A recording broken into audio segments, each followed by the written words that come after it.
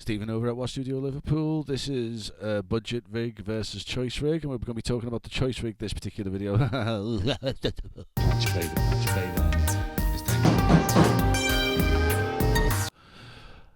Hello. Okay, let's talk about the choice rig versus the budget rig. And last one was the budget rig, and this one is the choice rig. And I can't show you the flipping screen because look, it does this. Remember?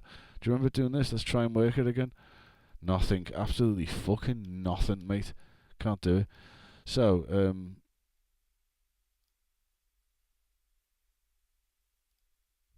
let's look at choice rig. I'm going to start with the monitors. And money is no of an object. I'm reverse searching on my Toman site. High to low. Here we go. High to low. PMC it's offering. Why am I only on Toman? I could go on something else. If we're in the big boys leagues, we could be on something like Studio Care or Make Noise Pro Audio or something like that. Well, I'm just going to use Toman because we're talking domestic here, right? PMC 6s. They're £6,000. They'd be a good solid choice. Genlex 8361s, they're the funny looking ones. They're £4,000 each. PMC's just a pair.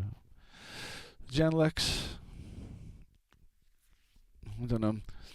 Next one down, choice wise, would you believe, is the Neumann's KH310s. I'd probably go for them. I'm a Neumann user. In fact, I've got my eye on them at the moment. They're still the kind of next thing I want to probably get, because it wouldn't be much of a jump coming off these. I know they're slightly different sounding, but I've worked on them before and I know the voicing of them, so it's a safe bet for me to go to them. So therefore, I'm going to go with that. And they are £3,666. I think that's. I'd probably want the sub as well. Maybe a pair of subs. Let's look at the subs. So that's 36666. This is 6666. This is 66666. And the subs are 1.5 each. So that's 3 for the subs and 6 there. So we're talking just under 10, maybe 9. You could probably get it for about 8, wouldn't you? So we'll call it £8,000 for the Neumann rig. So I want a stereo subs. Yep, there we go. Because the choice money's not an option, right? So there's that. Let's have a look at the interface. That would be the most useful at this particular moment of my life. Audio interfaces. Or your lives. Or anyone's lives. We'll stick with the Thunderbolt. So I still think that's the way to go, personally. I would probably get...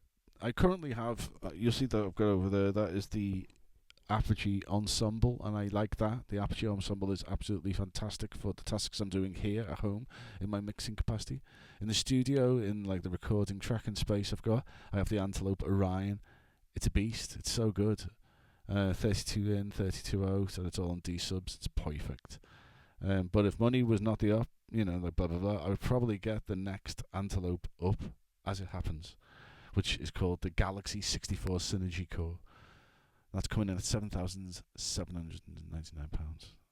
Just because it's 64 channels, and I believe that's all D subs as well. Let's have a look. Let's sniff the back of this. Yeah, look at them. That'd be an absolute fucking nightmare to work in there. Everything's so tight and close together. But yeah, that's cool, isn't it? Maybe I just buy 2 Orions, which is I think how it wants you to work anyway. There's an awful lot of options on the back of that though. I love it. Yeah. Set of Neumanns. Set of them. I'll go for this within the tracking space as well. I think that's what I'm kind of basing this on. Yeah. Microphones? Well, because money's not an option, it's just very easy at this point. Imagine that was the scenario. Go in the mic cupboard and pick what you want. That's probably a subject of a whole different life and video. But I think probably the safest thing might be that if I was to get, like, say, an Earthworks drum mic kit. Yeah? Do they do one? I bet they do. Earthworks Audio, 1 mic kit. There you go, the DK7 Gen 2. We'll have that. And that's just having different things to what I've already got then. more contemporary as well, and slightly like cleaner and posher sounding than probably anything else I own on the little stupid little brackets. Yeah, let's get them, and then and a large diaphragm. Let's just do a reverse search on that. High to low. I tell the Funk and Elam, absolutely the one I want. We'll have one of them. And then we'll have a C12. Throw one of them in the basket. There is a Telefunken U47 there. That's 10 grand as well. These are all above 10 grand. We'll have one of them.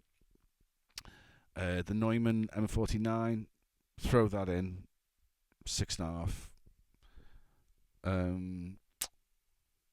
And there's a stereo Neumann I'm quite keen on having. What's that? Isn't that the 691 or something? We'll have that. Lash that in the basket there. Oh, that's funny. There's a Golden Age audio for 6 grand there. They're joining in on the Elam thing. Golden Age was, I mean, it's half the price, but I've got some of their preamps, and I don't know if they're half as good as an API, if you know what I mean. I've heard that Chandler Red is very tasteful as well. I'd have a go with that. I may as well have a Neumann FET whilst we're at it, because I don't have one of them. I've got things that do it. There's the Loughton Eden. I've heard a lot of good things about that. Peluso, very interesting. I saw a lot of their stuff at NAMM. Yeah, that'll do for that. So that's the rig, really. I think so far we must have spent 80 grand on microphones alone, and I think 12 on the other two. So there's about 100 grand. So money, no object, 100 grand. Money, object, grand. That seems to be the cut and dry of it, really. It's hardly a surprise. Yeah, it's a 10-to-1 ratio, like most things. You know what I mean?